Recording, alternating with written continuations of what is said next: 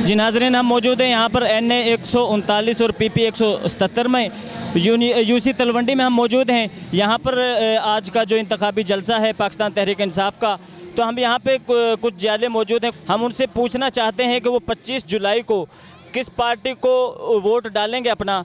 हम पाकिस्तान तहरीक इंसाफ को वोट डालेंगे, डॉक्टर अज़ीमुद्दीन साहब को और कर्नल हाशिम साहब को। जी, आपने पाकिस्तान तहरीक इंसाफ को क्यों ज्वाइन किया? आपका दिल क्यों चाहा कि आप 25 जुलाई को जो अपना ठप्पा है वो बल्ले पर लगाएं? क्योंकि हमारे जो कैंडिडेट हैं वो तहरीक इंसाफ हैं, वो अच्छे बंदे, हम इस वजह से उनको वोट देना चाहते हैं।